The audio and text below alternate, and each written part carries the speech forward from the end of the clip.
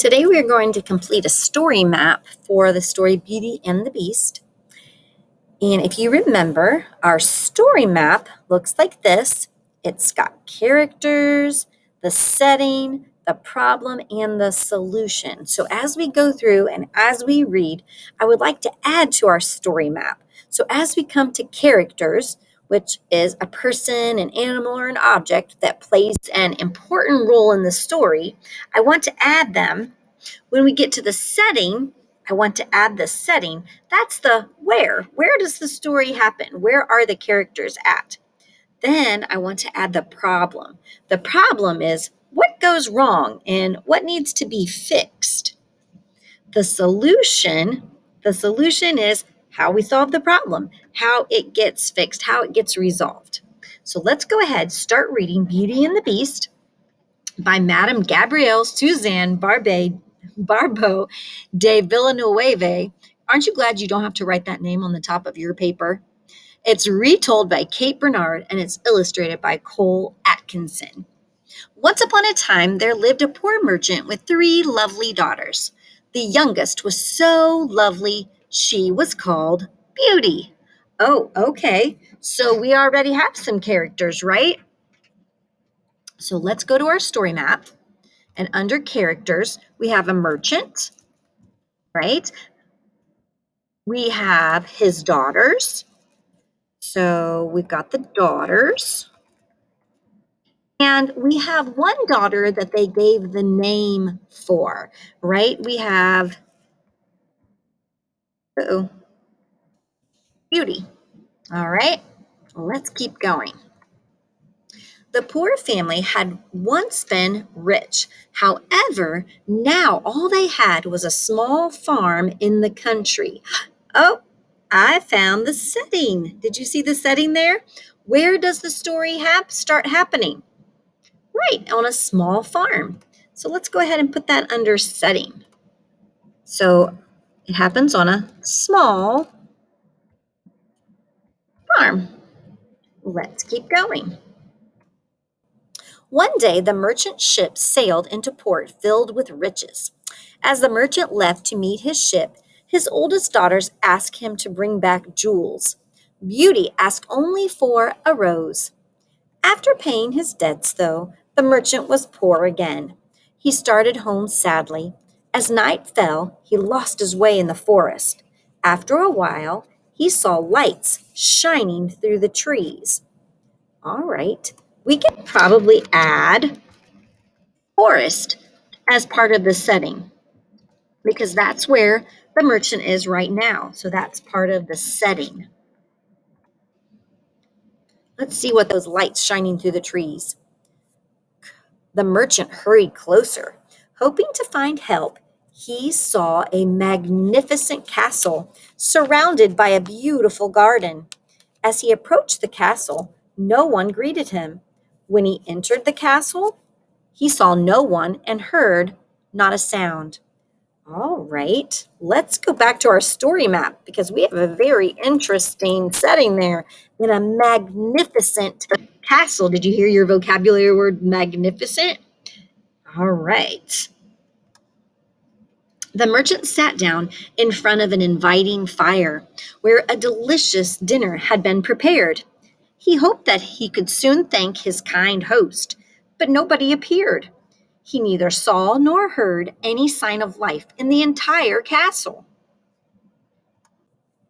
Finally, he wandered through the castle and into a lovely garden. He remembered Beauty's request and picked a rose to take home to her. Just then, he heard a terrible roar. A frightful beast rushed toward him. The beast was furious. The terrified merchant threw himself on his knees. He begged for mercy.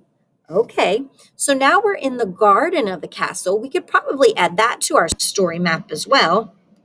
We could add garden. And we have another character that we need to add, right? He's a very important character. Oops, he needs to go on a different line though.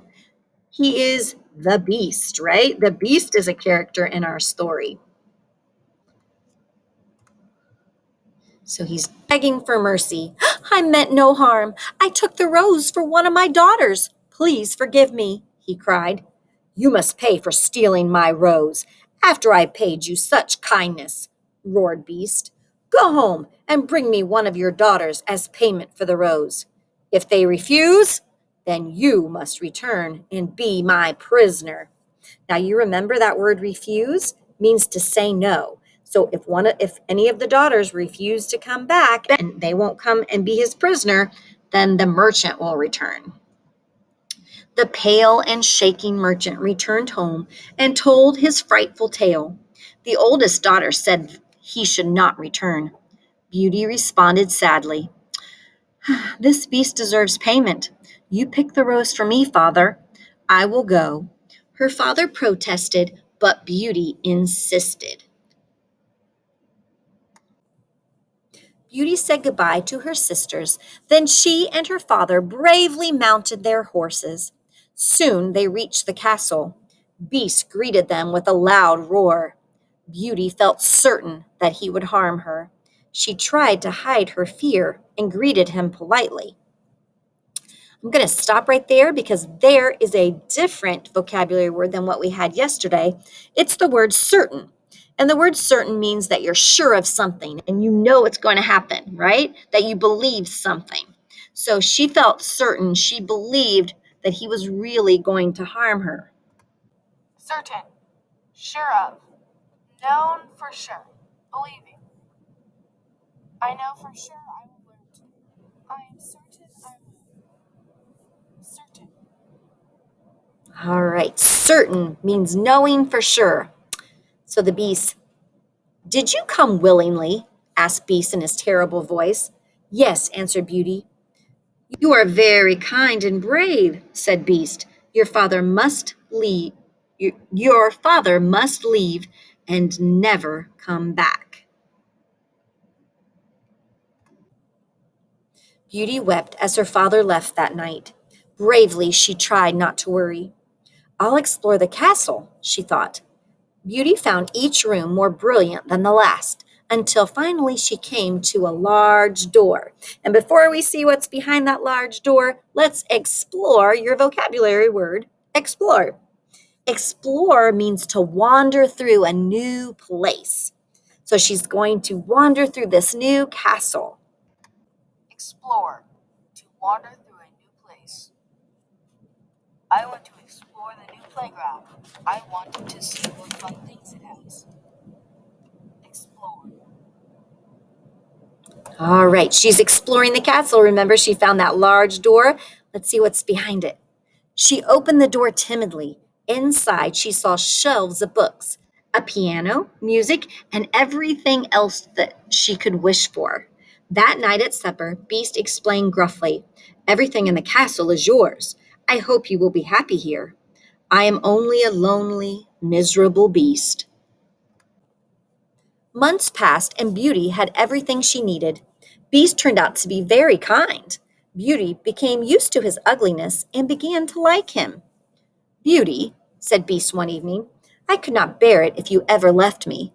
Please promise never to leave. However, Beauty was homesick.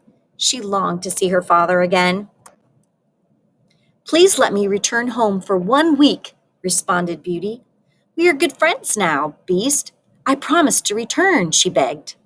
I cannot let you suffer, sighed Beast. Please return as promised. Take this ring. When you are ready to return, you need only turn it on your finger. Beast sighed deeply. The next morning, Beauty awoke in her father's house. How happy the merchant was to see his daughter. He hugged and kissed her as he laughed and cried for joy. Beauty's jealous sisters were not at all happy to see her. They plotted to steal her ring so that Beauty could not return to her friend the Beast. Perhaps if she does not return, the Beast will be angry with her, they thought. Their plan worked. Beauty stayed longer than a week and broke her promise to Beast. On the 10th night, Beauty dreamed of Beast. He lay in his garden, full of despair. Oh, my poor Beast, she cried. He has a good and kind heart. I cannot leave him there, lonely and sad. Well, I think I found the problem in our story for our story map, right? The sisters stole the ring, and Beauty could not return to the beast. And because he could not return, because she could not return, something is happening to the beast. It looks like he's in very bad shape. Looks like he may be sick or dying. That night, Beauty retrieved the ring her sisters had stolen from her. She turned it on her finger and was transported back to the castle. Beauty ran to the garden. There lay Beast, quite still. Beauty had forgotten his ugliness and bent over him. Beast, do not be upset, cried Beauty. I never knew how much I loved you until now. I cannot live without you, dear Beast. As Beauty spoke these words, a blaze of light sprang up, illuminating the whole castle. The beast disappeared. A handsome prince stood in his place. Where is my beast? Gasped Beauty. I am he, answered the prince. I was changed into a beast. Only someone who could love me for my kindness could change me back. Please, Beauty, be my wife. Beauty and the prince were married, and they lived happily ever after. So I think that we return to our story map, and we may put here beast, and we'll put a little hyphen there, a little dash. We're going to put prince there too, because he really is both, right? He's beast and the prince. And now we have to come up with the solution to our problems, to our problem. Remember, the sisters stole the ring, and Beauty could not return to the beast. But Beauty got the ring back. Whoops. The ring back. And, whoops. Because she loved, whoops, the beast. The beast. I need a comma there.